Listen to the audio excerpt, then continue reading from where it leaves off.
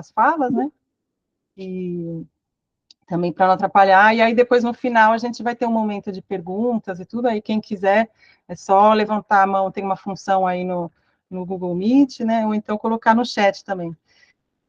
Mas então acho que a Natália já começou a gravação, né, então já dá boas-vindas a todo mundo, todas, todos que estão participando aqui, né, de onde for que seja, então bom dia, boa tarde, boa noite, porque acho que tem muitos fusos horários aí, né, e eu gostaria, então, antes de mais nada, agradecer muito em nome do Núcleo de Vivências e Luta de Ex-Bolsistas Brasileiros no Exterior e de todas as outras redes que estão apoiando também, redes da diáspora, então, Brain, Apoena, a Rede Brasil Suíça, a PEB França, Diáspora Vitiacatori, Pub Paris, então, todo mundo aí, a gente agradece muito a presença de todos, e agradecemos muito também a presença do Marlon, do CNPq, né, que vai, então, apresentar para a gente hoje aqui nesse webinário sobre o programa Conhecimento Brasil. A gente teve já um webinário na semana passada sobre o mesmo programa, mas falando da chamada 21, que é a chamada de repatriação de talentos, né? Hoje a gente vai falar da chamada 22, que é a chamada para formação de rede com pesquisadores brasileiros no exterior. Então, a gente agradece mais uma vez a disponibilidade do Marlon, e não só por hoje, mas por todo esse diálogo que a gente tem, né, travado aí com o CNPq, a gente agradece muito, é muito importante para nós. E antes de passar a palavra para a Natália, que vai fazer a animação aqui do webinar, eu queria só deixar um convite para todo mundo que está aqui e que não conhece as redes da diáspora. Então, eu estou aqui falando de Montreal, no Canadá, estou vendo aqui muitas outras caras conhecidas de pesquisadores brasileiros no exterior, que são membros dessas redes de diáspora, né, que estão organizando hoje aqui o evento. Então, eu queria convidar todo mundo que não conhece, que está no exterior e que não conhece a rede de diáspora, com certeza tem uma rede de diáspora aí no seu lugar, no seu local, procura, porque assim é muito importante para a gente se organizar, estar organizado. Esse tipo de atividade que está acontecendo hoje aqui só acontece por causa dessa organização, né? Enfim, tem várias outras iniciativas que a gente está tocando, então fica aí o convite para todo mundo participar. E até uma das iniciativas, estou vendo o Daniel aí do Pub Paris, que já contou que já estão preparando, Marlon, um podcast com o material do webinário da semana passada, que vai ser divulgado. Então, hoje também a gente já vai fazer um webinário, um podcast com o material desse webinário também. Então, assim, muitos resultados e o impacto dessa organização aí da diáspora que tem acontecido nesses últimos anos. Então, fica aí o convite para todo mundo procurar as suas redes de diáspora também. Então é isso, vou passar a palavra para a Natália, que vai então abrir aí oficialmente o nosso segundo webinário sobre o programa Conhecimento Brasil, agradecendo todo mundo e desejando aí um bom, ótimo webinário para a gente. Bom, deixa eu só, estou tentando aqui mudar as coisas, né, as configurações da salinha, mas acho que não tem muito o que adicionar, né, na verdade, ao que a Júlia falou, só, né, avisando que a gente está gravando de novo, né, para quem está entrando. A ideia também depois a gente vai fazer, né, como ela falou, a gente vai liberar essa gravação no YouTube e vai passar para as pessoas das redes, né, quem não pôde estar aqui vai, né, ter a possibilidade depois de assistir, ou, né, como nossos amigos aí do Pub Paris estão trabalhando no podcast também, ou escutar também é uma alternativa aí, né? Então, acho que rapidamente a gente já pode passar para o Marlon, né, para ele fazer a apresentação, e aí a gente deixa as perguntas para posteriormente, tá? Então, vocês vão poder tanto falar, ou se quiserem também escrever no chat, tá bom? Então, acho que é isso da minha parte. Então, Marlon, a palavra é sua, você pode usar os slides também, como na outra vez, tudo normal. Certo. Ok, então muito obrigado, Natália, obrigado, Júlia. Tá? Eu vi alguns rostos conhecidos aqui, tanto do pessoal do Conhecido Canadá, quanto até uma ex-colega de doutorado, a Bruna, está aqui também presente, né? Está falando lá do Reino Unido. Então, quero dar agradecer essa oportunidade. É sempre uma grande alegria, como servidor do CNPq, nós temos esse contato com os colegas que estão aí no exterior, e os colegas que estão aqui no Brasil também. Já foi até comentado aqui, acho que o Delagostin comentou, né, sobre a questão de mapear essas redes, né, e fazer algum tipo de diretório onde essas redes apareçam. Amanhã eu terei a oportunidade de falar num evento em Goiânia sobre perspectivas do cenário de ciência e tecnologia, né, na Fundação de Apoio da Universidade Federal de Goiás, e um dos temas que eu quero propor é justamente essa questão do fortalecimento das redes de brasileiros no exterior, né? A gente possa fazer esse grande, vamos dizer, essa grande aldeia global aí de brasileiros, né? Vamos brasileirar esse globo aí, né, de uma forma muito bonita. Então, vou tentar aqui compartilhar a minha apresentação. Vamos ver aqui. Eu acho que a gente tem que tentar por janela, se não me engano, né? Da última vez, acho que... Deixa eu ver se vai por janela. Vamos ver. Alguém pode confirmar se está aparecendo a apresentação? Agora sim. E está passando? Não está. Está na tela geral do PowerPoint. Acho que você tem que compartilhar então, outra lá. Isso. A gente viu isso da última vez. Vamos tentar por tela cheia, se não me engano. Vamos ver se agora vai com tela cheia. Ok. Ok, deixa eu pensar. Ok, vamos ver aqui. Agora está passando? Perfeito, muito obrigado. Sim, agora sim. Está ótimo. Qualquer problema, vocês me informam, por favor. Então, como já foi falado, na última ocasião, nós conversamos mais sobre a chamada 21, né, 2024, que é a chamada de atração e fixação, ou alguns também chamam de chamada de repatriação.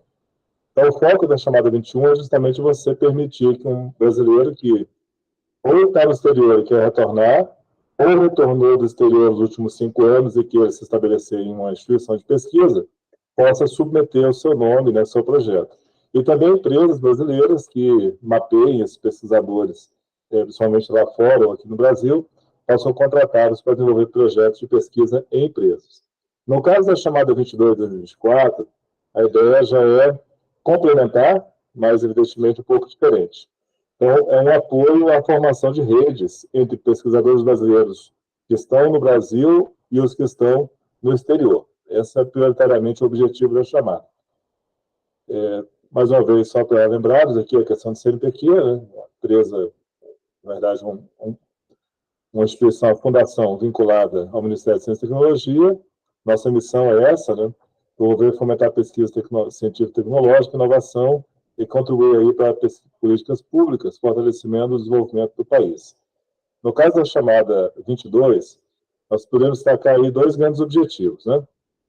Primeiro, o objetivo geral, que é a questão de executar projetos em instituições de ensino superior, públicas ou privadas, e os chamados ICTs, que são instituições, pode ser universidade, pode ser empresas, pode ser institutos federais, né, que desenvolvam pesquisa, desenvolvimento e inovação. De forma geral, os ICTs, por força de lei, inclusive está na chamada, são sem fins lucrativos. Isso que diferencia o ICT de uma empresa privada, por exemplo. Então, o que nós precisamos é executar esses projetos em cooperação com brasileiros radicados em instituições de ensino no exterior. Tá? O segundo objetivo seria estimular esse intercâmbio de conhecimento entre pesquisadores e grupos de pesquisa no Brasil, com pesquisadores brasileiros radicados no exterior. Nós destacamos essa questão da inteligência artificial, e algumas pessoas têm mandado para a gente essa pergunta, dizendo se isso era um fator determinante da contratação, ou se isso resultado de alguma exclusividade. Na verdade, não. Nós só citamos a inteligência artificial porque foi lançado agora na Conferência Nacional o Plano Nacional de Inteligência Artificial, e então a gente está inserindo nos nossos instrumentos de fomento a referência à inteligência artificial, até de uma forma para estimular as pessoas a submeterem nessas áreas, tá? Mas não quer dizer que são projetos nessa área que vão ser contemplados. É só mesmo um destaque que está sendo dado devido ao Plano Nacional que foi lançado agora há poucos dias. A questão da chamada, eu queria destacar essa questão dos perfis elegíveis, tá? Muitas vezes a gente vê ali no objetivo da chamada e a gente não percebe que você está fazendo ali algum tipo de seleção, né, de elegibilidade. No caso dos pesquisadores, o pesquisador, para submeter a chamada, primeiro ele precisa ter o currículo cadastrado na plataforma Lattes, isso é padrão. A gente sempre pede para atualizar até a data limite para submissão da proposta, né? Por quê? Porque quando a pessoa submeter a proposta, esse currículo ele vai ser congelado dentro da proposta dele. Então, o comitê julgador ele vai analisar o currículo que está atualizado na data de submissão. Então, muitas vezes a pessoa vai submeter, esquece de atualizar, atualiza depois, e pode ter alguma produção científica muito importante que não vai ser considerada no julgamento. Então, é importante a gente tentar para esse fato. Né? Não é um fato que exclui a chamada, mas é uma forma da pessoa estar com todas as informações devidamente atualizadas. Para submeter a proposta, tem que ser um doutor, tá? Ser um nível de corte, e ele precisa ter vínculo formal com a instituição executora. A instituição executora dessa chamada é sempre uma instituição que tem sede no Brasil. Isso é um diferencial. Não dá para submeter a chamada tendo como instituição executora uma instituição no exterior. A instituição do exterior ela vai entrar como instituição parceira, como instituição colaboradora na formação da rede, mas quem propõe é sempre uma instituição nacional, um pesquisador que está aqui no Brasil. Tá? E a instituição tem que ser cadastrada no nosso diretório. Isso aqui não é algo muito a se preocupar, porque todas as instituições nacionais que desenvolvem pesquisa, pelo menos as mais relevantes, estão todas no nosso diretório. Pode ser alguma empresa nova, alguma instituição mais recente que ainda não fez o cadastro CNPq, mas isso é muito fácil, você faz por e-mail mesmo. Sobre os recursos financeiros, para essa chamada, nós separamos 230 milhões, que vieram do FNDCT. Eles vão ser liberados de acordo com a disponibilidade orçamentária, vai ser importante. Então, a nossa expectativa é pagarmos esse valor 2 vezes, tá? E em questão orçamentária mesmo. Então, essa é a expectativa nossa. Mas pode tanto ser pago uma vez, quanto, de repente, uma terceira parcela. Mas a expectativa é que seja pago 2 vezes.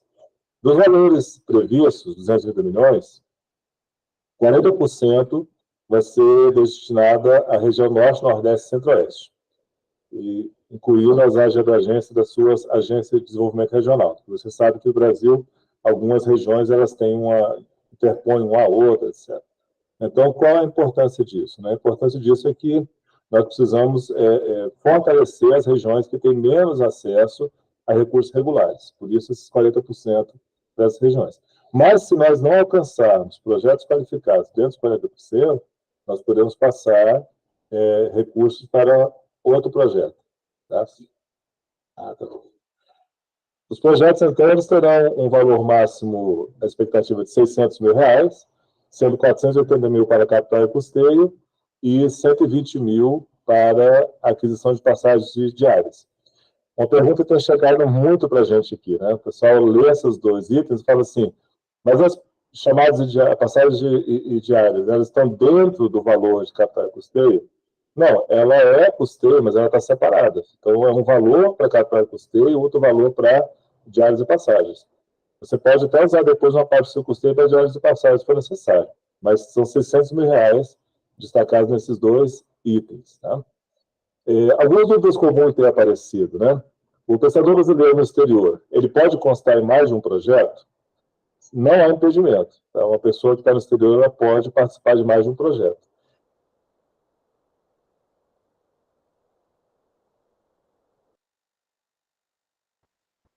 Marlon, acho que fechou o microfone, não sei se acho que é para todo mundo. Perdi também. Fechou também aqui. Sim, tá mutado. Por algum motivo. Meu Deus. Aí, voltou. Agora sim. Tá bom, eu voltei, vamos lá. Eu parei em que parte com vocês? Não, acho que foi rapidinho, só que agora tá. o compartilhamento... Acho que eu devo ter tocado no meu orçamento, no meu microfone aqui. Isso, acontece. E aí, vamos voltar aqui, vamos lá. Agora, voltamos?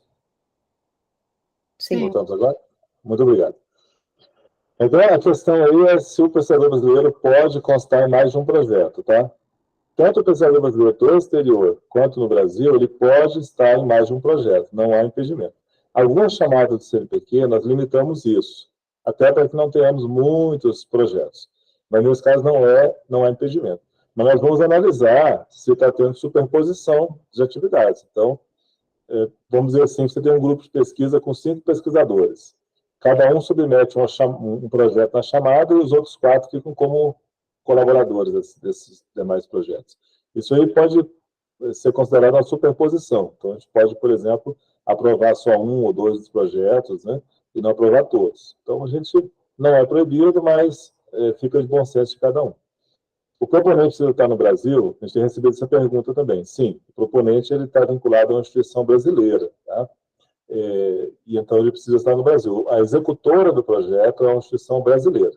Evidentemente que é uma rede, os pesquisadores que estão fora do país, eles participam, eles podem, inclusive, vir ao Brasil com recurso do projeto, não há nenhum impedimento, assim como os brasileiros podem também ir para o exterior com recurso do projeto, não há nenhum impedimento.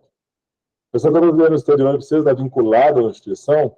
Não é necessário. Outra pergunta que a gente tem recebido bastante.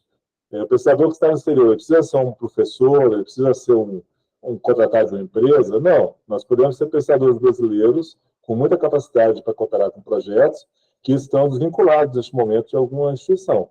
Desde que você comprove que o conhecimento dele vai ser importante para o projeto, não há nenhum impedimento. Não é necessário que a pessoa seja vinculada a instituições no exterior.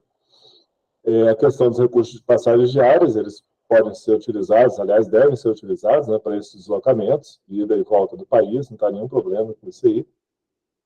A questão do formulário de submissão, nós recebemos algumas reclamações sobre alguns problemas no formulário, né, algumas inconsistências, já corrigimos essas inconsistências, a expectativa é essa.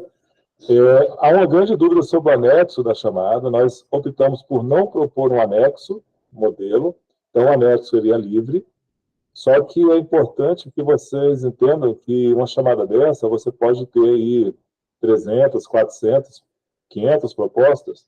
Então, quando a comissão for ler as propostas, ela não vai analisar a tese de doutorado. Então, o pessoal não precisa se preocupar em fazer grandes revisões bibliográficas, nada disso. Precisa estar claro é o projeto a que se propõe, objetivos e o custo que esse projeto tem. A chamada sobre a questão da inteligência artificial, eu achei importante ressaltar aqui, porque também teve recebido essa pergunta, tá? Os projetos estão relacionados a todas as áreas de conhecimento e com todas as metodologias possíveis. A questão da inteligência artificial ela foi citada porque é uma área que o governo vai se dedicar e a gente vai dar uma atenção a isso, mas não quer dizer que vai receber pontos a mais ou a menos. Vai ser considerado mérito científico. Sobre o início do projeto, no caso da chamada 21, essa preocupação é maior, porque a pessoa ela tem, por exemplo, voltar ao país, ela precisa desenrolar a sua documentação. No caso aqui é menos, né? Então, a partir do momento que você assina o termo de outorga, e no caso de até 90 dias da comunicação do resultado, já começa a contar a chamada. Aqui tem uma informação que a bolsa BCD pode ser implementada, mas essa informação está incorreta, tá? É porque eu tirei da apresentação da chamada 21. Então, não tem bolsas para a chamada 22, tá bom? Não há previsão de bolsas. Essa é uma frase que eu preciso corrigir. Sobre a questão da inadimplência, também tem essa preocupação, como teve na outra apresentação, vou só reforçar. Essa inadimplência com a administração pública não significa, por exemplo, as pessoas que estão com a falta do retorno ao país, né, de cumprimento de interstício. Isso não é impedimento para constar no projeto, nem para ser contemplado como um colaborador do projeto. Tá? Essa inadimplência é quando a pessoa ela tem uma inadimplência com a Receita Federal do Brasil ou com o CIAF, que é o Sistema de Administração Financeira do Governo Federal. O CIAF é quando a pessoa tem uma dívida, né, ou está devendo algum documento, por exemplo, um relatório técnico, pode ser impeditivo. Mas aí é uma coisa fácil de você corrigir. É importante você observar se tem alguma inadimplência com a administração pública. Tá? Então, aqueles que estão só em dívida com retorno não precisam estar preocupados que eles podem participar. Sobre a questão da inovação, é importante, nesse caso, ao contrário da chamada 21, a pessoa não está submetendo a proposta que pode ser usada como inovação, porque a 21 ela propõe um retorno ao país, aí você já pode estar cumprindo o seu interstício, pode contar aí como uma repactuação dos seus compromissos com o CNPq. Mas, no caso aqui, a gente pode dizer, por exemplo, que os brasileiros que estão firmando ou firmaram inovação com o CNPq, eles podem participar dessa chamada como colaboradores e, inclusive, é bem-vindo que isso aconteça, porque vai ser uma forma de fortalecer a sua cooperação com o país. Então, quando você fez sua inovação, ou você está querendo propor uma inovação, você está colocando ali que você vai cooperar com a ciência do Brasil. Então, você fazendo parte de uma rede dessa, é um elemento a mais que você pode contar aí na sua proposta, tá? Mas fica a cargo de você dialogar com a pessoa que está submetendo a proposta. Queria destacar aqui, sobre a chamada 21/2024, nós tivemos uma retificação alguns dias atrás. Primeiro que nós estendemos o prazo limite para submissão, ficando até dia 1º de outubro. Por que nós estendemos? Né? Porque nós alteramos a questão, deixamos bem claro lá, a questão do acúmulo, né, da bolsa DCB1 e DCB2, para não acumular essa bolsa com proventos vindos de vínculo empregatício. Somente é isso, tá?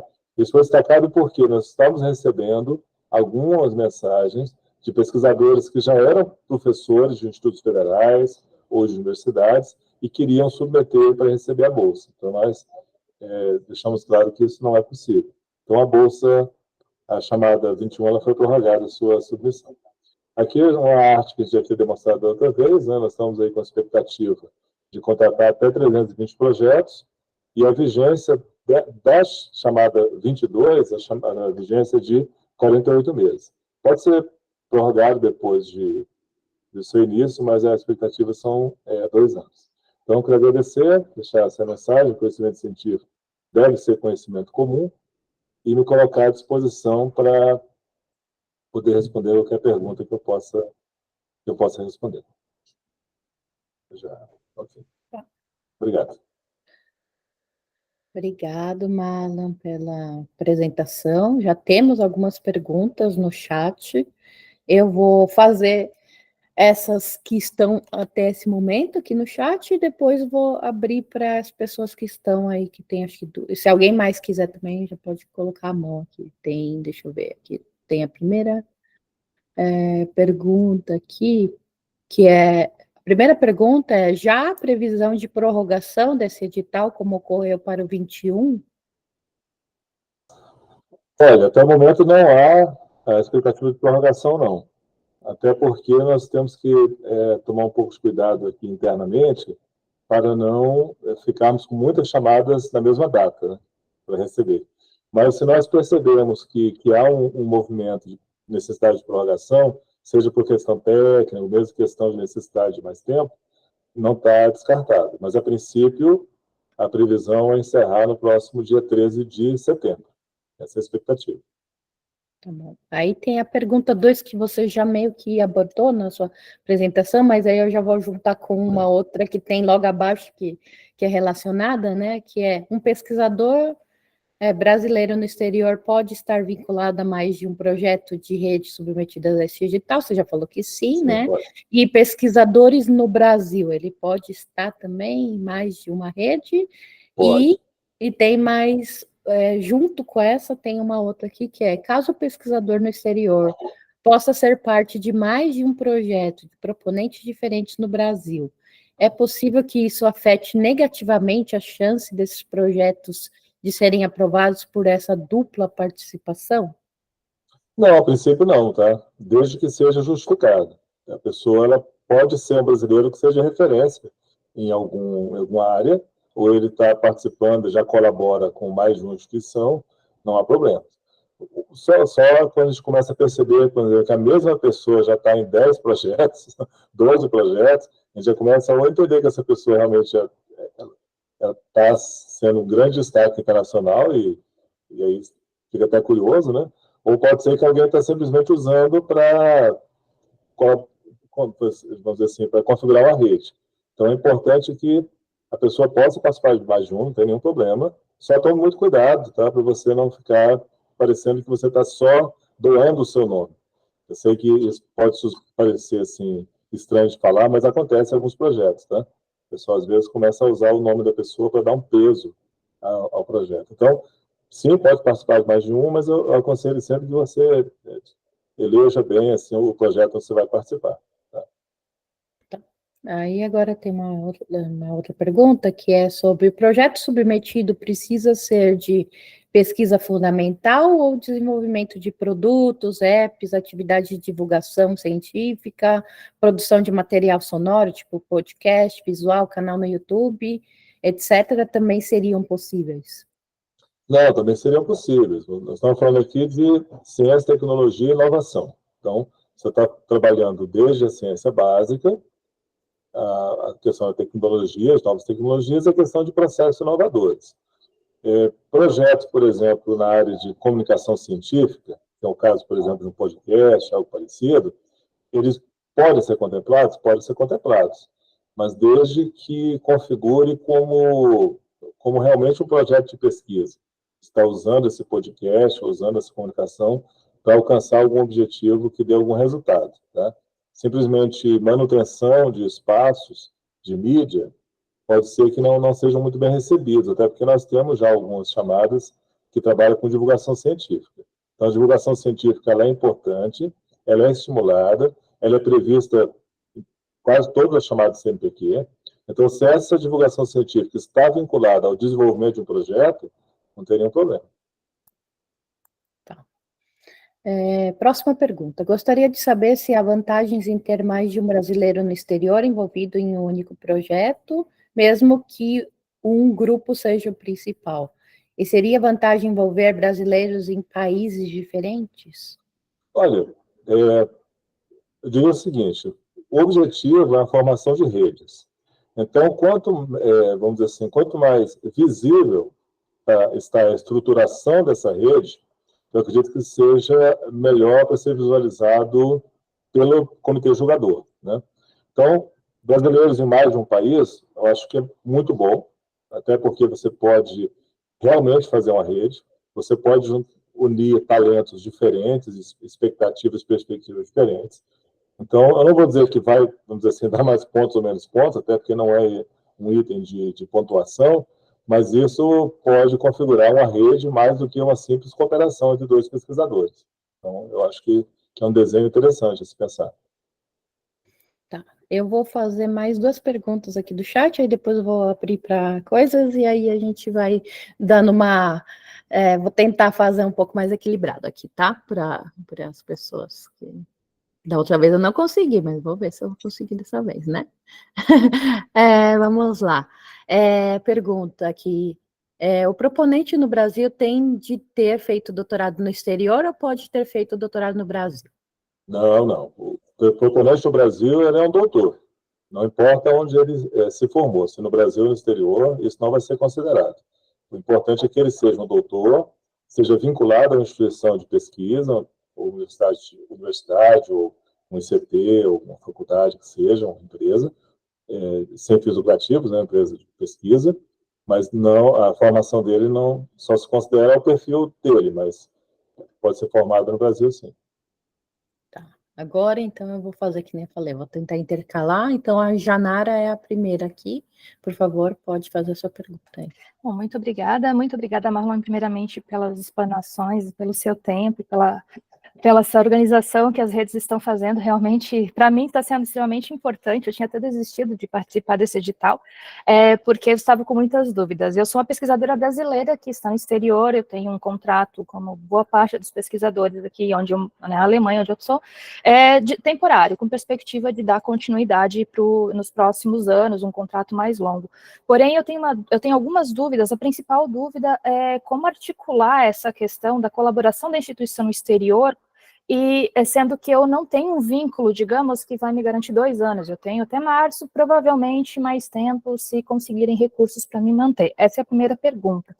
A segunda é em relação aos recursos de apoio técnico, que entram ali na chamada. Esses recursos de apoio técnico, uma vez, por exemplo, a pessoa pesquisadora do exterior sendo especialista numa determinada tipo de análise de dados, ou alguém da equipe, seria possível alocar essa bolsa de apoio técnico para uma pessoa no exterior, e todos os profissionais que vão prestar serviço precisam estar no Brasil? E, considerando nessa questão de formação de redes, pensando num projeto que inicialmente teria um pesquisador no exterior e um pesquisador no Brasil, mas já com uma articulação internacional que está se iniciando, só que não com brasileiros, mas com pesquisadores de outros países, especialmente na América Latina. Seria importante reforçar isso no projeto, e isso seria, digamos, verificado como algo positivo, ou o fato de serem só 2 brasileiros no Brasil e no exterior, isso poderia trazer pontos negativos? Não, olha só, o fato de ser só brasileiros envolvidos no projeto, independente do país onde estejam, né, sendo que o proponente está aqui no Brasil, pelo contrário, é algo, na minha concepção, é algo, inclusive, muito positivo, né? Que a nossa tendência é sempre colocar um pesquisador estrangeiro no projeto, algo assim para dar um peso, né? Como fosse dar um peso. Mas justamente o peso aqui, na minha expectativa, é justamente eu conseguir fazer contato com brasileiros. Esse é o grande peso. Sobre a questão das bolsas, na chamada 22, nós não temos bolsas concedidas, tá? Ao contrário da chamada 21. Agora, existem diárias e passagens, que são valores que podem ser pagos, inclusive, quando nós falamos de bolsas de curta duração, essas bolsas elas são pagas como diárias, por isso que elas não são previstas como modalidade. Essas bolsas são destinadas, por exemplo, a você fazer um trabalho de campo, você vai ficar 4, 5, 6 dias fora, ou você vai, por exemplo, ministrar algum curso, ministrar um seminário, você pode ser pago na base de diárias. Então, não há impedimento do pesquisador brasileiro no exterior ser pago com esse recurso. Como isso é feito, e aí vai ficar por conta dos executores do projeto, tá? Se vai ser pago na conta no Brasil, como é que vai ser feito, isso a gente não tem como a gente, neste momento, decidir. Mas pode ser usado sim. Tá? Então, não é necessidade de estrangeiros, não. O pessoal está mandando muita pergunta também, né? Se eu posso colocar pesquisador estrangeiro, pode, sem problema, né? Mas não é o peso. Pelo menos para esse julgamento não vai ser o peso. O peso vai ser a pessoa conseguir contato com outros brasileiros. Lembrando que nós estamos falando de uma chamada que, a princípio, acho que é a primeira chamada do gênero que eu consegui localizar, identificar. Então, essas 2 chamadas, elas serão um grande aprendizado. Um grande aprendizado para nós, até para propormos, de repente, no próximo exercício, no outro exercício, uma chamada melhorada. Tá? Então, vai ter alguns pontos que não vão ser contemplados, justamente porque é algo pioneiro. Tá? Então, a gente precisa primeiro entender qual vai ser a resposta aí dos colegas. Acho que eu respondi, acho que é isso. Muito obrigada. Obrigada. Agora, então, Camila, a próxima, por favor. Olá, vocês me escutam? Sim. Sim. Estou falando também aqui da Alemanha, da Fundação Leibniz. A minha pergunta é se as redes a serem montadas, se elas precisam ser novas, ou se redes já incipientes, que já foram iniciadas através de outro projeto, vamos dizer, mas que agora podem ser expandidas e consolidadas, se elas também seriam contempladas nesse edital. Sim, sim. Os 2 cenários são totalmente elegíveis, tá? Não há necessidade de serem redes inéditas, não. Se você já tiver uma rede formal ou informal que está acontecendo e você quer aproveitar os recursos dessa chamada para fortalecer essa rede, é muito bem-vindo, tá? Não tem problema. Tá, obrigada. Ótimo. Eu vou agora fazer algumas do chat, só para a gente ir, né, intercalando aqui. Próxima pergunta. Qual a razão para não fomentar bolsas nessa chamada no Brasil? Olha, uma das razões é que nós estamos falando primeiro, de recursos para desenvolver um projeto em rede internacional, então não teria muito sentido, a não ser que fosse receber as pessoas aqui, a gente ter bolsa tecnológica. Esse seria uma das primeiras questões. Mas poderia prever. A segunda é uma questão também de logística, de operação. Nós estamos operando 2 chamadas muito grandes. Eu estou falando assim de chamadas que vão comprometer R$ 1 bilhão ao longo de 5 anos. E, no momento, é uma equipe de 2 pessoas, basicamente. Sou eu e uma colaboradora que está me ajudando aqui. Então, para a gente ser um pouco mais objetivo, a gente tirou as bolsas dessa segunda chamada, tá? Mas, mais uma vez, é uma chamada também de prospecção. A partir do momento que eu tiver as respostas, e além da chamada, além das propostas que vão ser aprovadas, também a demanda, nós vamos começar a perceber um pouco esse cenário, tá? Lembra-se que nós não temos um cenário claro de quantos brasileiros estão no exterior como pesquisadores. Nós temos algumas estimativas, mas nós não temos, por várias razões, uma delas é, evidentemente, o receio de algumas pessoas até de se identificar, né, devido aos seus vínculos com o Brasil, mas assim, a expectativa é que essas chamadas elas sejam esse núcleo de formação dessa cooperação internacional realmente entre brasileiros no país, no exterior, no Brasil e no exterior. Então, eu já peço perdão aí por não ter bolsa nessa chamada, mas também tem uma questão logística de administração. Ótimo.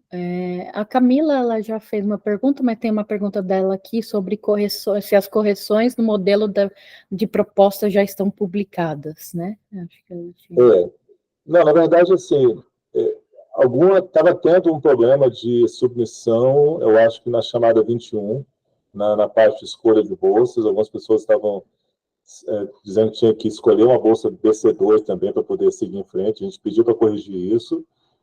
Teve alguns problemas de anexo, né? Mas já corrigimos. É justamente por corrigir isso que a gente teve que fazer uma prorrogação de prazo. Tá? Então, assim, a princípio, eu não estou recebendo nos últimos dias reclamações sobre não estou conseguindo submeter a proposta. Mas se a gente começar a perceber que há essas questões mandadas via atendimento, nós vamos observar.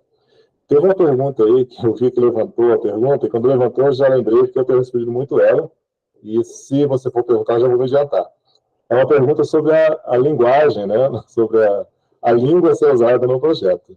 A língua é portuguesa, gente. O projeto tem que estar escrito em português, tá?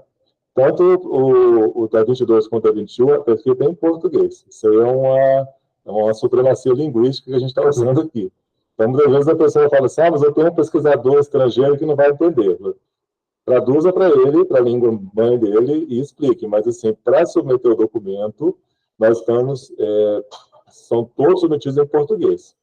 Claro que você pode colocar, por exemplo, uma carta de apoio, uma carta de aceite em inglês de alguma instituição, não tem nenhum problema, tá? A gente vai ter bom senso, tá ligado? Mas os documentos o projeto é em português, tá bom? E o estrangeiro que não entendeu, vocês explicam para ele o que está naquele projeto ali. É isso aí.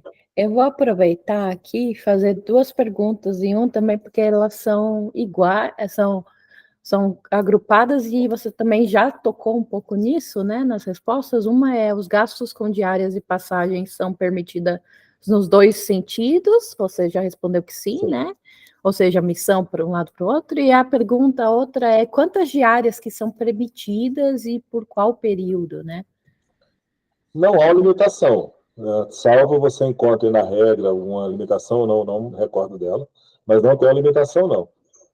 Evidentemente que nós estamos falando de questão de bom senso, né, do uso das diárias. Mas não há impedimento. No próprio serviço público, as diárias são concedidas no deslocamento. Tem pessoas que vão, por exemplo, para uma missão que ficam 2, 3, 4 meses numa missão, né? Principalmente o pessoal da área de segurança, e recebem diárias para isso, tá? Não há impedimento. Só a questão do bom senso mesmo, que você vai usar aí, porque lembrando que o coordenador da chamada, né? Ele responde por todos os gastos da chamada. Então, ele vai ter que usar o bom senso. Não, precisei passar 15 dias no exterior, alguém no exterior vai passar 15 dias aqui, paguei 15 diários, 20 diários, não tem nenhum problema. Desde que isso seja pertinente ao desenvolvimento do projeto, tá? E aqui uma que é bem rapidinha também, é a pessoa submetendo o projeto no Brasil precisa ter doutorado, você também já falou que sim, né?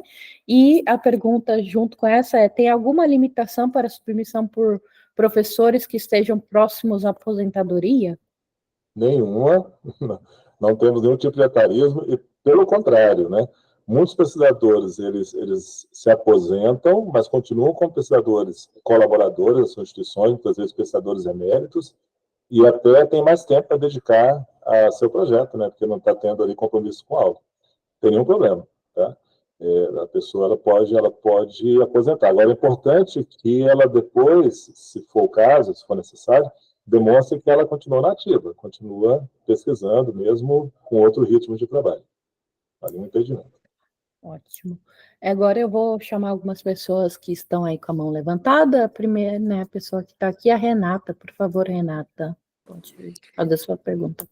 Sim, boa tarde. A, eu, a minha pergunta foi lida, que foi com relação às diárias, mas eu ainda fiquei com dúvida. E alguém já fez a pergunta, eu já vou aproveitar. Essas diárias poderia ser para o estudante, porque qual que seria o meu interesse da minha estudante de doutorado e ir para o exterior no laboratório do pesquisador brasileiro, lá no exterior, aprender uma técnica, por exemplo. Eu posso usar diárias usar as diárias e a passagem para essa estudante fazer esse estágio no laboratório do pesquisador brasileiro no exterior? Pode sim. É importante até você colocar essa estudante como colaboradora no seu projeto, para você justificar esse gasto. Pode sim.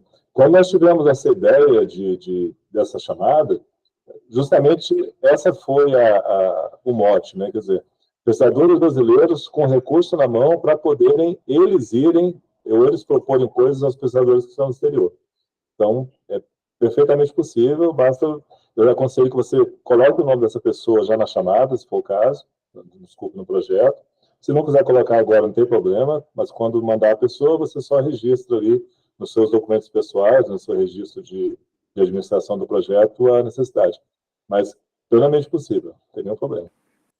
Sim, perfeito. Posso, então, dar continuidade? Você disse que poderia ser, por exemplo, até... Porque eu não achei uma regra no CNPq desse tempo máximo. Eu não sei se a minha busca não gerou resultados, mas um tempo máximo que poderia ser de diários. Você disse que poderia ser de 3 meses. Enfim, o CNPq tem uma regra para isso que eu não encontrei. Olha, não tem, porque quando você vai olhar a nossa regra, nossa legislação de diárias, né, de áreas de passagem, você tem ali valores, né, você tem valores de referência, mas você não tem essa limitação, justamente porque a diária, ela é para você, vamos dizer assim, pagar o tempo necessário para deslocamento, né, e não tem. Então, estou vendo aqui, por exemplo, valor diário no país, R$320, valor diário no exterior será $180 até $370, dependendo do país, tá? Então, países mais caros permitem passagens mais caras, tá? Mas você vai ter essa lista lá no site do CNPq. Quando você vai clicar lá no menu, acessa a informação, você vai ter bolsas e auxílios. Você tem essa informação sobre diárias. Mas não há limitação. Não há limitação. Depende só do fôlego do projeto e da justificativa apresentada. Perfeito, muito obrigada. Por nada. Vinícius, por favor, faça a sua pergunta. Olá, boa tarde, Marlon. Obrigado de novo bom te rever. Obrigado pela apresentação, pela disponibilidade sempre, né? E também obrigado, agradecer também às associações que têm sempre organizado essas atividades, mobilizado, né? Muito importante. Eu tenho 3 perguntas. Uma é, em que medida é possível a gente incluir doutorandos brasileiros no exterior, assim, que estão fazendo doutorado pleno, se isso é algo que fortalece o projeto? Em relação às diárias também, porque eu acho que eu vou nuançar um pouco a questão. É possível, por exemplo, eu dizer que eu vou ficar 3 meses no exterior, mas considerar que eu não preciso de 90 diárias para custear esses 3 meses, né? Então, eu digo, vou ficar 3 meses, mas peço 20, não sei, 30 diárias, né, por exemplo. Porque para as ciências humanas e sociais, uma das grandes necessidades de financiamento é financiamento para o trabalho de campo, né? Então, por exemplo, sou antropólogo e eu faço trabalho de campo no exterior. Então, Sim. Essa chamada ela pode me ajudar muito nisso, que é um tipo de financiamento que é muito difícil, tá? E a terceira questão é se a gente pode conceber esse projeto. Por exemplo, eu sou um pesquisador que, né, entrou há pouco tempo no sistema universitário, né, tomou posse, passando probatório agora. se eu posso pensar esse projeto como a possibilidade também de eu construir um centro de pesquisa, né, que eu use esse dinheiro de capital para comprar equipamentos, mas não apenas um computador para mim, né, mas a possibilidade de construir um centro mesmo em rede, assim. Não, perfeito, Vinícius. Olha só, eu coloquei agora até no chat, né, uma referência aí, uma área de prestação de contas que tem no nosso site do CNPq, tá? Então, quando você entra ali no site do CNPq, cnpq.br, em acesso à informação, você vai ter a parte de prestação de contas. E ali você vai ter, por exemplo, modelos de declaração de recibos, de diárias e de área de terceiro, prestação de serviços, né? Algumas orientações sobre encaminhamento de nota fiscal, vai ter um manual de execução, tá? E olhando isso, por exemplo, eu não vi nenhuma questão de limitação de dias, como eu falei. Isso vai depender da necessidade do projeto. Você falou muito bem que a pessoa ela pode precisar ficar, por exemplo, 30 dias, 40 dias fora, né? Entra na antropologia, entra, por exemplo, na arqueologia, né? Então, não tem nenhum problema. Você vai só colocar o valor recebido e identificar ali o beneficiário, tá? Não há limitação. Sobre a questão dos novos equipamentos para essa questão de rede, por exemplo, equipamentos que são os itens patrimoniáveis, eles, a princípio, são patrimoniados na instituição executora. Então, o que você compra de equipamento pertence à sua instituição. E aí você pode ceder esse patrimônio para outra instituição. Tá? Isso é um acerto que é feito entre as partes. De forma geral, as instituições elas não criam grandes problemas com isso, né? Somente equipamentos como computadores, notebooks, ou coisas parecidas. No passado, o CNPq, inclusive, fazia toda essa operação de patrimônio, depois, por questão mesmo de contingência de pessoal, a gente acabou abrindo mão, mas você pode, sim, os equipamentos podem ser doados depois para outras instituições. É importante que você coloque no projeto as instituições participantes, porque aí você vai justificar gastos, etc. Tá? Inclusive para uma instituição do exterior, eu posso doar? Pode doar, desde que a sua instituição ela possa fazer essa doação. Tá? Eu estou pensando, por exemplo, nos doutorandos no exterior, por exemplo. Sim, entendo. Não, aí sim, aí você vai ter só esse acerto do patrimônio, vai ser entre você e a sua instituição. Ela deve ter alguma forma que permita você mandar. Eu só não posso dizer que você pode, por exemplo, já autorizar a compra de equipamento no exterior. Por quê? Porque isso vai ser patrimoniado para a instituição sua. Então, a não ser que você tenha um acordo com a sua instituição que permita fazer isso, patrimonial que está no exterior, tá? Mais uma vez, isso é legislação administrativa e cada instituição, por exemplo, a UERJ é estadual, ela vai ter uma legislação própria, né? A UFRJ vai ter outra legislação, eu não posso entrar nisso. Mas, a princípio, os equipamentos comprados e as ações de custeio comprados no projeto são usados por todos os participantes. Só a questão do patrimônio depois é acertado entre as instituições. O CNPq já não entra mais nessa discussão. Tá? É só para evitar que amanhã depois você receba algum tipo de reprimenda da sua instituição. E sobre os doutorandos no exterior que estão fazendo doutorado pleno, isso é alguma coisa que é bem visto na proposta? Olha, eu acho que é algo bem visto. Você está tendo pessoas que estão desenvolvendo pesquisa, né, e estão colaborando com você na pesquisa. Então, pessoas que estão ali muito ativas. Então, isso sempre é algo positivo. Obrigado. Bom, agora José Bruno, por favor. Boa tarde, Marlon. Obrigado pela apresentação. Umas perguntas assim, um pouco mais bate-pronto. Por exemplo, compra de software, compra de acesso à base de dados proprietárias, por exemplo, entrariam nas rúbricas de capital, por exemplo? Porque, por exemplo, minha área é economia e ciências tem... Para a gente rodar modelos, por exemplo, muitas vezes a gente precisa de dados que não são publicamente disponíveis.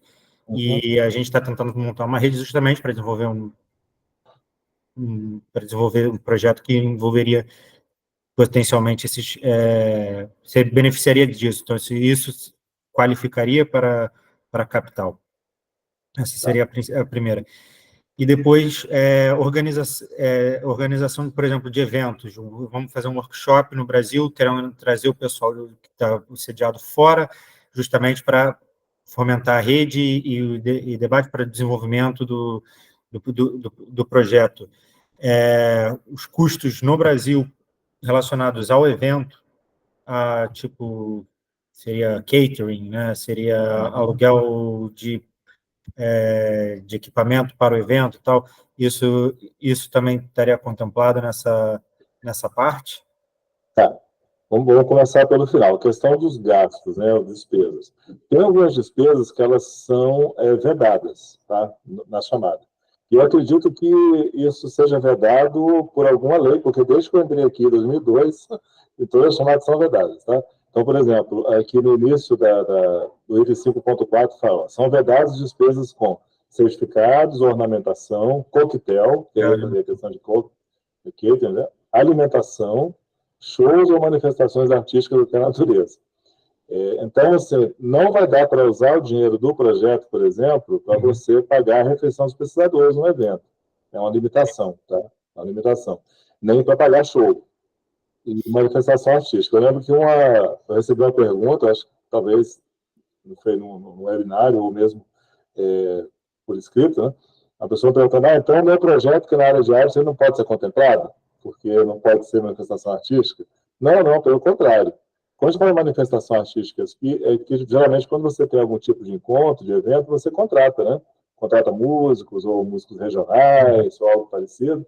Então, por questão mesmo de melhor uso dos recursos, isso foi cortado há muito tempo. Então, nós não permitimos que seja usado, tá? Por prevenção. A questão dos demais custos com a vinda dos pesquisadores, sim, você pode, por exemplo, hospedagem não é proibido de ser pago. Diária também não é proibido de ser pago, tá? E isso incluiria de pesquisadores estrangeiros associados à rede? Sim, poderia cobrir, tá? Não. E a outra parte e a outra parte softwares e tal. E base de dados. Isso, tá? Mais uma vez, eu passei esse link da prestação de contas, mas depois vocês podem ir lá no site do CNPq, é tranquilo de olhar. É importante ver ali a documentação comprobatória. Só para fins mesmos de você guardar contigo, se for preciso submeter depois. Sobre softwares, é uma área cinzenta, há muito tempo já. Por quê? Porque, a princípio, o capital são equipamentos e materiais permanentes ou material bibliográfico, tá? Então, porque são itens patrimoniáveis. O software, ele pode ser um item patrimoniável? Depende, não sei. Vai comprar um AutoCAD, por exemplo, vai contar a questão do AutoCAD de $5.000, né? Eu acho que isso é patrimoniável, possivelmente, né? Então, eu diria, José, a princípio, o seguinte: se o que você comprou, adquiriu de software, é algo que vai ser agregado ao patrimônio da universidade, claro que é um software que também põe uma plaquinha, mas é algo que vai ficar depois dentro do patrimônio, ele pode ser considerado capital. Se for um acesso, por exemplo, de uma licença, uma mensalidade de algum serviço, até serviço de streaming mesmo, né? Nós temos algumas pesquisas que são na área de cultura, que o pessoal pagava Netflix mesmo, pagava streaming, né? Não estou aconselhando que faça isso, mas isso pode ser pertinente ao projeto. Aí seria um caso de custeio, porque não é algo que você vai reter para si. Então, a princípio, aquilo que é material e você retém, você faz patrimônio, é capital. Existem áreas cinzentas, por exemplo, vidraria, para o pessoal do laboratório, né? A vidraria são materiais que têm uma duração boa, dependendo do uso, tem uma duração boa. Mas não são materiais patrimoniáveis. Então, são materiais de custeio. Então, essa é a diferença. Então, José Bruno, eu não posso responder se é ou não é capital ou custeio, tá? É uma área cinzenta. Mas, a princípio, se caracterizar algo que vai ser agregado ao patrimônio do departamento, da instituição, pode ser colocado como capital. Se for algo que é simplesmente uma licença de acesso a alguma base, de forma geral, é custeio. Tá, não, obrigado. E só para complementar, era a questão da rede no Brasil, assim, a gente já falou da rede no exterior, quanto mais pesquisadores dispersos por universidades no Brasil, no exterior, mas vir no Brasil, por exemplo, como é que isso está sendo? Porque se se cada um está numa universidade diferente deve fazer uma proposta diferente, ou se a gente junta os diferentes pesquisadores que estão em diferentes unidades no Brasil na mesma proposta. Essa era a outra dúvida. Pois é, não, é o que eu estou te falando, é algo que, assim, vai estar também caracterizado uma rede, mais de um pesquisador de instituições nacionais, de diferentes estados, diferentes instituições participando, é algo positivo, tá? Eu entendo que essa questão, de repente, de você querer colocar, a pessoa colocar 5 instituições, com 5 pesquisadores, participando de 5 projetos, é uma forma de você otimizar a captação de recursos, eu entendo isso, mas se a gente perceber que é só um movimento de capitalização de recursos, a gente vai ter que selecionar os projetos melhores. Então, eu diria que projetos onde você tenha mais de uma instituição, tanto no Brasil quanto no exterior, são projetos que são mais bem desenhados em termos de rede. Tá? Eu sei que os recursos não são tão grandes, né, são recursos ainda pequenos, mas tendo um sucesso nessa chamada, acredito que a gente possa melhorá-la para o futuro. Essa é a expectativa. Muito obrigado. Desculpa o resto se eu tomei muito tempo. Não, é isso. Raimundo, por favor. Obrigado, Marlon e equipe aí pelos esclarecimentos. Acho que é muito interessante para a gente se motivar ainda mais a participar dos editais, né? Eu sou professor da UFRN e a gente está pensando em umas parcerias. Eu fiz meus estudos de doutorado em Paris, né? E tenho umas parcerias com as associações que estão em Paris em pensar sobre divulgação científica e tal. E uma pesquisa nessa dimensão acaba que o grande gasto dela é custeio mesmo, né? Então, você explicou brevemente aí as 2 rúbricas que a gente já tinha visto no edital. Eu gostei do esclarecimento sobre que a rúbrica de custeio de passagem, ela também pode ser gasta dentro da própria rúbrica, que é maior, né? Se por acaso ultrapassar. Então, eu queria saber se existe um limite para isso, se tem alguma estimativa para isso, porque nesse tipo de pesquisa, por exemplo, cada missão custa muito caro, né?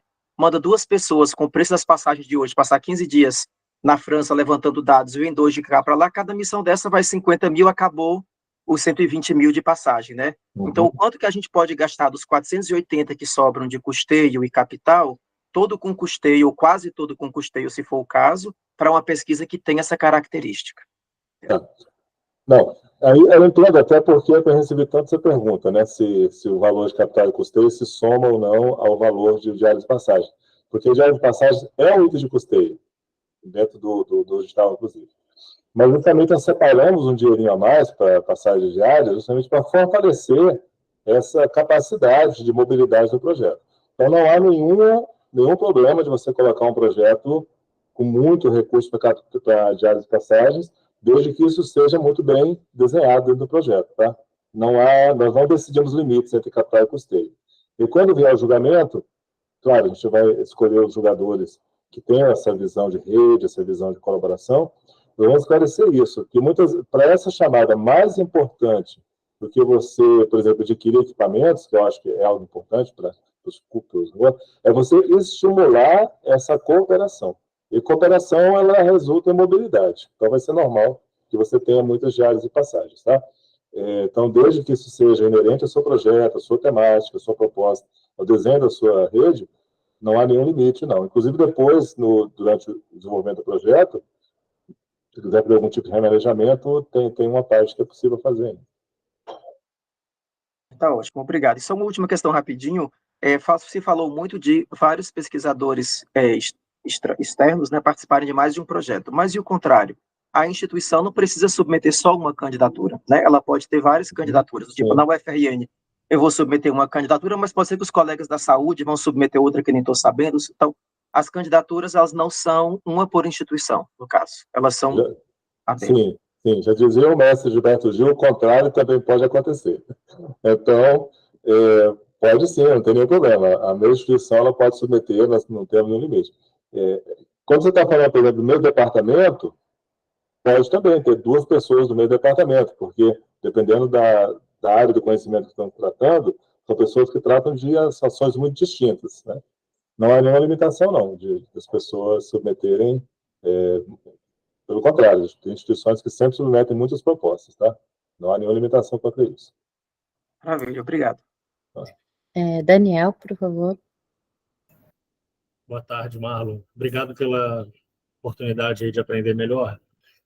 Eu sou pesquisador da Fiocruz, do Rio, e nesse momento estou numa missão institucional na Universidade de Miami. E esse edital foi bem importante para a gente agora, num bom momento, porque justamente uma das coisas que essa missão me colocou é de mapear pesquisadores brasileiros na cidade. E a gente fez um grupo grande, está trabalhando com o Consulado do Brasil aqui na Flórida, e fazendo justamente como se fosse um laboratório assim, de experimentação de como a gente traz de volta o conhecimento desses cientistas brasileiros de volta para o Brasil, ao invés de sempre só estimular a ida de alunos e cientistas do Brasil para fora do Brasil. E aí a gente, então, já estava com essa ideia, né, de fazer essa coisa binacional, e surgiu esse edital que eu acho que veio bem a calhar no nosso caso particular. Mas o que eu queria saber, assim, uma dúvida mais pontual, vai um pouco com relação ao que o Raimundo também perguntou, que é quanto de apoio institucional precisa ter a proposta. No meu caso, como sou da Fiocruz e sou servidor, já tenho uma interlocução boa com a vice-presidência de pesquisa e eles estão me ajudando até a mapear, porque a Fiocruz não é só o campus de Manguinhos do Rio de Janeiro, né? Tem no Brasil inteiro. O que eu estou tentando fazer é o match dos cientistas brasileiros da Universidade de Miami que toparam participar e encontrar parceiros dentro da Fiocruz Brasil que queiram fazer parte dessa proposta e entrar e encorpar. Alguns eu já conhecia mais assim, foi um pouco mais orgânico, mas outros não. E eu entendi, que nem você explicou, que é como se fosse uma semente assim, de uma prospecção, né, internacional. Mas aí eu queria saber o seguinte, do ponto da Universidade de Miami, apesar de que eu conseguiria chegar, estou preocupado um pouco com o prazo de quanto esforço você tem que colocar para conseguir um endosso institucional da reitoria ou alguma coisa assim. Quão importante vai ser isso no julgamento da proposta? Tá, não, olha só. O endosso da carta digamos assim, de apoio, ela é importante da instituição executora, mas isso é mais importante até na chamada 21, porque a chamada 21 é um pesquisador que está vindo para a instituição, então ele precisa ter alguma prova de que ele vai ser recebido na instituição, ele não vai ficar ali por fora. Nesse caso aqui, esse endosso ele pode ser descrito na chamada, ele pode ser colocado no projeto, mas não é algo assim que a gente vai ficar olhando com lupa, tá? Por quê? Porque a gente parte do princípio que o pesquisador que está submetendo, ele tem consciência da sua ação acadêmica, ele não está propondo algo ali que seja alheio, né, à sua realidade acadêmica. E nós sabemos que nas universidades, principalmente, as relações pessoais, elas muitas vezes são mais fortes que as relações institucionais. Então, por exemplo, quando eu fui fazer meu doutorado de sanduíche, no Texas, eu fui por uma relação pessoal do meu orientador com o professor que me recebeu lá. Mas, evidentemente, que eu tive uma carta depois da instituição lá me recebendo, até para fins de documentação interna, né? Então, Daniel, eu diria o seguinte, não se preocupe com essa questão da instituição, por exemplo, a Universidade de Miami, ou o que seja, te dá uma carta, não é necessário isso. O importante é que você deixe claro que a Fiocruz está te apoiando. Se você quiser anexar uma carta do departamento onde você trabalha, do setor que você trabalha, da Fiocruz, dando apoio ao projeto, é muito importante, tá? Mas não se preocupe muito com essa questão. A questão mais é que o desenho realmente seja bem colocado, tá? Já a Fiocruz, que é uma instituição capilar, né? Tendo aqui em Brasília, tendo a Fiocruz na UNB, né? E a gente está junto aí também, o Daniel está comigo aí na campanha salarial desse ano aí, né? A Fiocruz e o CNPq fazem parte do grande Sistema Nacional de Ciência e Tecnologia, né? Mas, graças a Deus, está tudo correndo bem. Legal, obrigado. Abraço. Obrigado. Então, gente, a gente passou já uns 5 minutinhos, né, do tempo, eu não sei, vou perguntar para o Marlon, né, se ele tem mais uns 10 minutinhos para a gente...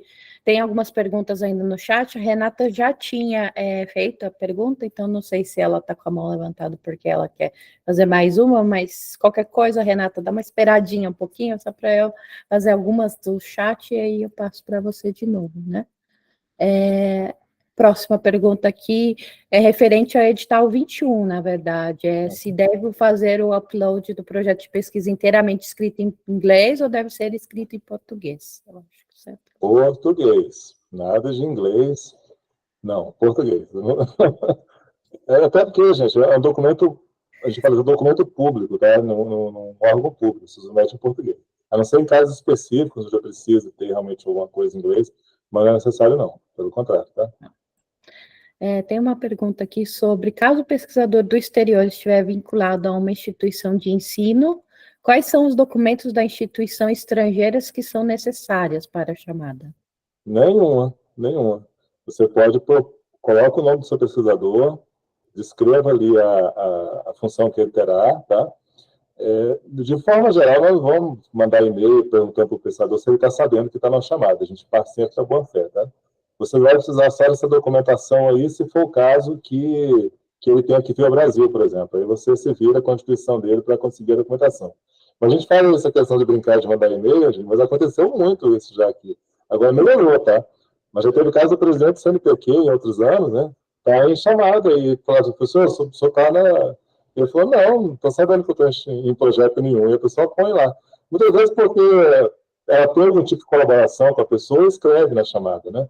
Mas só a gente pede para que não façam isso, porque às vezes dá um problema danado, a pessoa às vezes fica chateada e tal, mas não precisa ter nenhum comprovante. Nós vamos partir sempre da boa-fé do pesquisador. Ele vai escrever ali aquilo que ele tem capacidade de mostrar o lastro depois, se for necessário. Tá bom. Aqui, qual o número de pesquisadores brasileiros que seria suficiente para constituir uma rede? Existe preferência por envolver pesquisadores em mais de uma instituição no exterior? É necessário incluir diversos pesquisadores sediados no Brasil para compor a rede? Ou basta só o coordenador? Para quem é nordestino sabe, para manter a rede, precisa de 2 pontos, tá? Para manter a rede de avaliação, precisa de 2 pontos de apoio. Então, você precisa ter pelo menos 2 instituições, tá? Mas o tamanho da rede não tem definição, não. Mais uma vez, eu tenho que partir do bom senso. Nós estamos falando de um projeto que não é tanto dinheiro assim, se você olhar em termos, né, de moeda, não é tanto dinheiro assim, mas é um dinheiro razoável, considerando o que a gente está conseguindo colocar na praça, são R$600 mil, é um dinheiro razoável. Então, se você fizer uma rede, por exemplo, com 30 pesquisadores, você pode ter dificuldade até de alimentar essas pessoas depois com esse dinheiro. Tá? Então, eu diria alimentar cientificamente falando, né? Então, eu diria ter bom senso. Não há nenhum limite, né? Geralmente, a gente parte ali já deu 3 instituições, já é uma rede, né? Mais do que uma cooperação. Mas o importante é que você tenha pessoas no Brasil e pessoas no exterior, principalmente brasileiros no exterior, participando da sua rede. Tá? A pergunta é também, de novo, sobre diárias e passagens, se eles poderiam ser usados para participar de conferências. Desde que seja, vamos dizer assim, importante estar previsto na chamada, tá? E destacar que isso é algo inerente ao seu projeto. Quer dizer, eu estou participando de uma conferência porque o meu projeto gerou resultados, tá? Isso pode, não há nenhum impedimento, não. Aqui, poderia dar exemplos de ICTs? Entraria, por exemplo, Senai, institutos de inovação e institutos federais? Institutos federais, com certeza, são ICTs. O Senai, eu não tenho certeza que ele é um ICT, eu acredito que não. Acho que ele é considerado mais um órgão de classe, ou uma escola. Não tenho certeza que seja ICT. Na chamada, você tem uma definição do que é ICT para a lei, tá? Que é uma chamada grande, que é a Lei 3.243, que é que define ICTs, tá? Então, fala que são órgãos ou entidades de administração pública direta e indireta, ou pessoas jurídicas de direito privado sem fins lucrativos, constituídos sobre leis brasileiras, etc., que inclui sua missão institucional ou em seu objetivo social ou estatutário a pesquisa básica aplicada de caráter científico ou tecnológico ou o desenvolvimento de novos produtos, serviço ou processo. Então, eu não sei se o Senai em si ele é um ICT, eu acredito que pela natureza jurídica dele, eu não sei se ele entra, eu não tenho essa certeza. Mas institutos federais são ICTs, com certeza. Empresas de base tecnológica são ICTs, né? A Fiocruz é um ICT, a Embrapa é um ICT, universidades federais, universidades privadas, desde que ali nas privadas sejam sem fins lucrativos, elas, de forma geral, elas são ICTs, porque elas têm departamento de pós-graduação. Então, de forma geral, é isso, tá? Você tem ICTs muito pequenas e ICTs grandes. Você pode ter uma empresa de base tecnológica sem fins lucrativos, não sei, que é um ECT. Então, vai ter que olhar na lei e comparar com a legislação da sua instituição executora ou colaborador. Ok. Aqui tem uma pergunta bem específica sobre que a pessoa diz que, junto com colaboradores do Brasil, submeteu uma proposta para a chamada 16, relacionada à concessão de bolsas no exterior, e pretende submeter uma proposta para essa chamada 22 para apoiar o mesmo projeto colaborativo. Ele coloca aqui: entendemos que os objetivos da chamada são complementares e não conflitam. Procede? Há algum prejuízo para alguma das propostas? Não, olha só, não há nenhum impedimento em submeter nas duas propostas. Já recebemos algumas perguntas sobre essa chamada 16. Eu só tomaria cuidado quando a gente fala assim, o mesmo projeto. O mesmo projeto, ele não pode ser a mesma proposta, tá? São diferentes. A grosso modo, você tem um projeto, por exemplo, de um projeto que trata de hidrogênio, tá? Então, você tem uma planta de hidrogênio na sua instituição. Ou um projeto, por exemplo, que trabalha com quilombolas, vamos dizer assim, você tenha, ou com povos originários, ou com ciganos. Você tem um projeto. Dentro desse projeto, você vai ter várias propostas que você pode submeter a diferentes instituições de apoio para você conseguir recursos.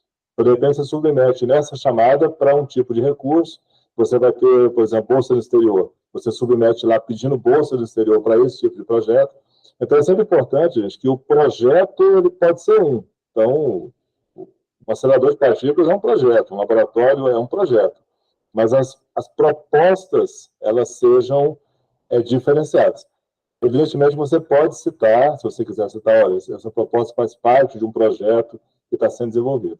Mas só tome cuidado para não submeter ipsilíteres a mesma proposta em duas chamadas. Isso nunca pega bem. Eu sei que a gente faz isso, às vezes, por questão mesmo dos recursos, tá? Mas não há impedimento de você submeter a 16 nessa, nenhum impedimento. Pode ser o mesmo projeto, mas é importante que não seja a mesma proposta, tá? Que você tenha se dedicado a escrever uma proposta específica para essa chamada, mesmo que venha apoiar o projeto que você está desenvolvendo. Excelente. Eu acho que fiquei claro, acho que é por aí. O coordenador deve ser membro de IES ou de ICT? Qualquer uma delas. Pode ser de IES, pode ser de ICT, de acordo com o que está na chamada lá. Alguém perguntou sobre se tem algum lugar para encontrar modelos de proposta. Olha, eu diria o seguinte, o que é importante você observar? Primeiro que nós não vamos analisar aqui propostas de tese de doutorado. Então, você não precisa preocupar em fazer uma grande revisão bibliográfica, etc. E tal. Sei que muita gente, vamos dizer assim, por força do hábito, acabamos fazendo isso em tudo que a gente escreve. Mas o importante é o seguinte, você tem campos no formulário a serem preenchidos e você tem informações que a chamada está pedindo que não estão nesses campos, por limitações até tecnológicas mesmo, do formulário. Então, use o seu anexo para esclarecer e demonstrar essas informações. Então, não tem um padrão, mas o que eu diria, prestando sempre pela clareza e pela consistência das informações, mas principalmente pela objetividade. Nós estamos falando de pessoas que vão ler 200, 300, 400 propostas no computador, em 4, 5 dias, muitas vezes, e algumas pessoas dessas já têm mais de 50 anos de idade, a vista cansada, então, até que a pessoa já está... A pessoa que está analisando sua chamada, ela entende muito sobre projetos, sobre pesquisa. Então, não precisa ficar explicando para ela de onde veio aquela teoria, não. Ela vai entender. O importante é que você deixe claro qual é a relevância do seu projeto, tá? Então, a palavra que eu diria é sempre a relevância. Se o projeto for relevante, bem escrito, bem claro, bem conciso, bem objetivo, ele vai ter muita simpatia da comissão, com certeza. Porque tem hora que a pessoa não aguenta mais. Então, os anexos de 200 folhas que a pessoa não lê. Então, é humanamente impossível ler. Tem uma pergunta aqui referente ao edital 21, que é sobre os recursos de capital e custeio são menores quando a instituição executora é uma empresa privada. Como posso identificar se a minha instituição executora é classificada como privada? devo verificar o código CAD no item setor da atividade econômica? Tem uma forma de você, primeiro, perguntando, a pessoa vai te falar se é, né? Porque isso vai estar, mais do que no código, vai estar na natureza jurídica, tá? Mas, por exemplo, a CAPES, se não me engano, a plataforma Sucupira, a CAPES no site dela tem alguns diretórios de instituições onde você vai ver se é privado ou não. Então, você consegue ver isso. Privado no sentido assim, se tem fins lucrativos ou não, tá? Então, eu diria que a primeira coisa você consulte mesmo a sua instituição executora, pergunte a ela e ela vai te responder claramente. Em Brasília, por exemplo, nós temos universidades privadas enormes que são sem fins lucrativos. Então, os donos, eles recebem uma doação. Eles trabalham ali mesmo por amor, tá? Recebem uma doação. Mas tem universidades que são também privadas e você vai ver, elas têm fins lucrativos. Tá? E são duas universidades, se você olhar, elas são gêmeas. Tá? Mas meu conselho é, pergunte para a instituição. Ela vai saber a natureza dela. Se for uma universidade estadual, federal, evidentemente, não é nem perguntar, um instituto federal. Mas se for uma empresa, é importante você perguntar. Ou uma faculdade ou universidade particular. Alguém abriu aqui. Então, uma pergunta, outra aqui. É uma pessoa no Brasil com uma proposta no exterior com início após a data de submissão, que é em setembro. Mediante comprovação pela carta de oferta de trabalho, pode aplicar como pesquisador brasileiro no exterior?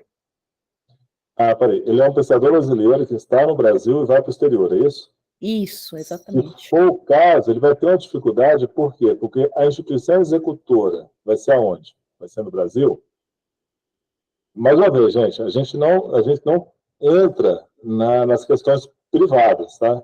Então, eu vou te dar um exemplo. Vamos dizer que você seja alguém que é um pesquisador da UFRJ, por exemplo, que está indo para ficar um ano no exterior, um PDE, né? Um pós-doutorado. Você pode submeter, você pode ter a proposta aprovada, implementar e desenvolver seu projeto. Você não precisa ficar falando, mas eu estou no exterior agora. Assim, não tem importância, está vinculado à instituição aqui. Agora, você não pode ser uma pessoa que você disse que está numa executora brasileira e, na verdade, você não está, você está fora. E não pode, tá? Então, eu diria assim, não dá para você submeter a proposta, ganhar e sair correndo. Dizer que agora eu moro no exterior. Porque você vai ter problema com a gestão executora. Então, só isso, talvez seja o caso aí, mas nesse caso eu não aconselharia, não. A pessoa precisa ter uma executora no país. Mesmo que depois eu vou trabalhar de teletrabalho no exterior. Eu não preciso saber disso, mas assim, desde que seja relevante, tá bem, mas a princípio o que é? Instituições, pesquisadores no Brasil que estão colaborando com pesquisadores no exterior. Respeitando a mobilidade para cima e para baixo, que é próprio da chamada, sem problemas. Então, eu vou ver. Tem algumas perguntas aqui que eu acho que já foram respondidas, como a questão do material de consumo, pode ser para as ambas instituições, você já explicou também, né, como que é. A questão da submissão da chamada 22, que foi prorrogada até 1 de outubro, você também já falou. A única coisa que colocaram aqui, que a informação ainda não consta no portal do CNPq, aparentemente, dessa extensão. Está tendo uma incoerência, sim, porque logo abaixo da chamada tem lá período de inscrição. E eu observei ontem, realmente me alertaram, que estava ainda o período antigo. Eu já pedi para a nossa TI atualizar, vou conferir aqui se não atualizou ainda, mas eu vou, mais uma vez, dar um toque lá no pessoal da TI para corrigir. Então, internamente, é o que está valendo, é o que está na chamada, 1º de outubro. Inclusive, nós fizemos um anúncio público e tudo mais, certinho. Mas continua sem consistência mesmo, então vou já pedir para corrigir. Tem uma outra pergunta aqui que é sobre diárias também, né? Se pode ser usado para alunos de mestrado, doutorado, já foi respondida. Aqui uma pergunta que é parecida com outras, mas as diárias podem ser utilizadas para deslocamento de membros da rede no território nacional? Ou é válida quando for deslocamento internacional? Não, nacional também. Mobilidade dentro do projeto, não importa. Importante dizer, só de citar, isso está na chamada, tá? A gente tem que estar muito cuidado, eu sei que não vai ser o caso, mas pode acontecer, de a gente não usar as diárias para pagar salário. A gente tem que tomar cuidado com isso, tá? Então, as diárias elas não podem configurar salário, tá? Inclusive na própria chamada. Mas não tem nenhum problema de número de dias, desde que seja justificado, e não tem nenhum problema de ser usado tanto no Brasil quanto no exterior.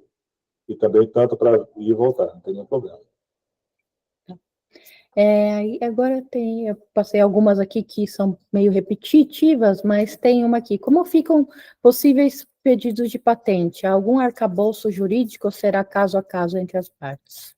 Não, patentes ficam entre as partes. O CNPq, no passado, ele até montou uma unidade interna para mexer com patente, ele queria ficar com a parte e tal, mas o consenso é que a patente ela é decidida ali entre o executor do projeto e os participantes do projeto. O CNPq, de forma geral, ele abre mão de participação em patentes. Então, vai valer a legislação que você está submetido, seja no Brasil, seja no exterior, é um acordo realmente entre as partes. Surgiu uma outra dúvida, por gentileza. A chamada consta que a instituição estrangeira deve estar cadastrada no CNPq. Como cadastrar? Tá. Tem uma forma que é você mandar um próprio e-mail para diretórios de instituição. Tem isso no site do CNPq. Mas vamos dizer assim que a instituição não tenha, por algum... As grandes instituições têm, todas as mais conhecidas elas já têm, porque já estão constando em projetos aqui. Mas se você for colocar o nome e ver que não está, você pode mandar um e-mail para o CNPq, para o próprio atendimento, perguntando como é que faz esse cadastro, tá? Mas, em última análise, se for algo assim muito específico, você pode justificar na chamada que você vai trabalhar com aquela instituição, mas que ela, por alguma maneira, não tem um cadastro aqui. Pode ser, de repente, um laboratório de uma unidade onde eles não queiram fazer esse tipo de acordo com aqui, não tem nenhum problema. O que vai valer para essa chamada são as pessoas, são os pesquisadores. Esse que é o mais importante aqui na formação da rede. Tá? Tá bom. Tem só mais duas perguntinhas e aí a gente termina mesmo, tá? Desculpa aí, tá bem longo, mas porque o pessoal está bem interessado, né, nas coisas aqui. Então, tem uma pergunta sobre se é possível acrescentar pesquisadores de instituições depois da aprovação da proposta, caso o orçamento proposto possa ser ajustado para essa inclusão. É possível, sim. As pessoas, às vezes, depois da proposta, elas querem incluir um pesquisador, basta ela entrar em contato com o CNPq, pelo e-mail mesmo atendimento, né? Informa qual é o seu projeto, você vai ter um número de processo, e você informa lá que tal pesquisador vai fazer parte da proposta, até para fins dele receber diárias, etc. Não há nenhum impedimento, não. Tranquilo. Tá bom, eu vou aqui fazer um resumão da pergunta da Amanda, que são várias perguntas que têm a ver com inovação e a chamada 22, que ela falou. Há mais de um ano, eu propus uma proposta de inovação no intuito de formar uma rede entre a UFMG, o FT, o FNT e a minha universidade no exterior. No entanto, essa proposta foi indeferida. Seria interessante retomar essa proposta de inovação, porém, dessa vez já enlaçando-a com a chamada 22. E, mais uma pergunta dela também, no edital 22, a participação do pesquisador brasileiro no exterior sana sua pendência com compromisso de interstício? Tá. Partindo do final, não sana, tá? Um interstício, por definição, é o retorno ao país, tá? Então, não sana. No futuro, a inovação já é isso, né? Permitir que a pessoa permaneça fora e esteja cumprindo suas obrigações. Então, não impede, não cobre. Sobre a sua proposta de inovação que foi indeferida, Amanda, pode ser submetida a nova proposta de inovação, depende da legislação que estava vigente quando você submeteu, tá? Eu não tenho essa informação. Se você depois quiser me mandar um e-mail com essas informações, que projeto foi esse, que resposta você recebeu, fique à vontade, tá? Pode mandar para o meu e-mail aqui, e aí a gente vê certinho. Mas, a princípio, se você tem uma proposta negada, principalmente se foi antes da última portaria, você pode submeter outra proposta, tá bom? Mas, até o Vani, que é um colega nosso, que colocou isso, né? Converse com a sua área técnica aqui que respondeu, veja os motivos e veja, então, de como submeter a nova chamada. tá bom? Então, agora sim, perguntaram se você pode colocar o seu e-mail, de repente, Sim. Marlon, aqui na coisa, então, finalmente conseguimos responder, acho que todas as perguntas, né? Foi um pouquinho longo. Foi um pouquinho longo, agradeço aí a paciência de todos, né, e também, principalmente do Marlon, de responder todas as perguntas, que foram muitas perguntas, né, mais uma vez. Enfim, então eu agradeço aí, né, e como eu já falei, né, a gente vai depois disponibilizar essa gravação para outras pessoas, até quem quiser revisar, né, alguma informação vai estar aí, né, como uma documentação, e também o pessoal de Paris, o Pub de Paris, né, que são os pesquisadores lá da França, vão lançar isso como um podcast depois. E como Rede Apoena, né, a gente agradece aí a todos que participaram. Acho que eu chamo também a Júlia para dar um último tchau aí e finalizar a nossa sessão de hoje. Obrigada, Natália, muito obrigada, Marlon, obrigada a todo mundo que participou. E aí queria ver só talvez uma sugestão, Marlon, se tiverem outras dúvidas que aparecerem, se a gente pode, talvez, as redes entrarem em contato com você para pedir para o pessoal encaminhar as dúvidas para as nossas redes, e aí a gente encaminha as dúvidas que ficaram para você e faz essa intermediação aí das dúvidas que ficaram, Não. Pode sim. Até a gente fez algum tipo de FAQ aqui, para deixar com o pessoal do atendimento, né, para responder, mas eu vou dar uma aprimorada nesse FAQ, vou colocar à disposição já no próprio site. Mas, se tiverem dúvidas, se tiverem qualquer coisa, a gente está sempre à disposição, tá? Estamos aqui para ajudar. Desde já, quero além de agradecer a oportunidade, desejar sucesso aí para os colegas que estão no exterior e por que não voltar ao Brasil. Já pedi desculpas de alguma frustração em relação às chamadas, é normal, porque nós estamos trabalhando com uma proposta um pouco inédita, tá?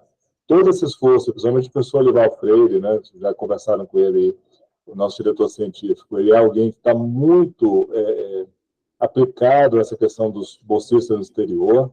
Nós estamos tentando trazer uma nova cultura, e é difícil, é passo a passo, então não vai ter mesmo como atender todas as expectativas agora, mas eu tenho a expectativa, a esperança de que consigamos executar bem essas duas chamadas, né, e que isso sirva como um elemento para aprimorarmos novos instrumentos e também fortalecermos essa proposta aí de uma criação de uma rede mundial de pesquisadores brasileiros.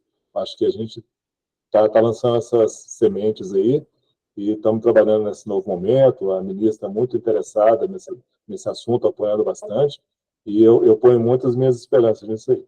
E agradeço muito a oportunidade de estar falando com vocês. Obrigada, e conta com a gente, Marlon, nessa construção dessa rede internacional, a gente está aqui para isso, nossa missão também é muito importante para nós, e vamos continuar construindo esse diálogo aí, que é tão importante. A gente agradece mesmo essa sua disponibilidade para o diálogo e dessa gestão do CNPq, é muito importante para a gente mesmo. Então, obrigado mesmo.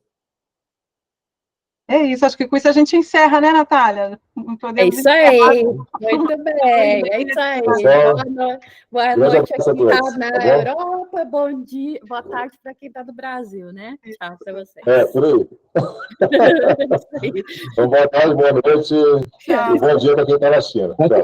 Ou no Japão, ou na Índia, né? Se estiver na Índia, bom dia também. Até mais.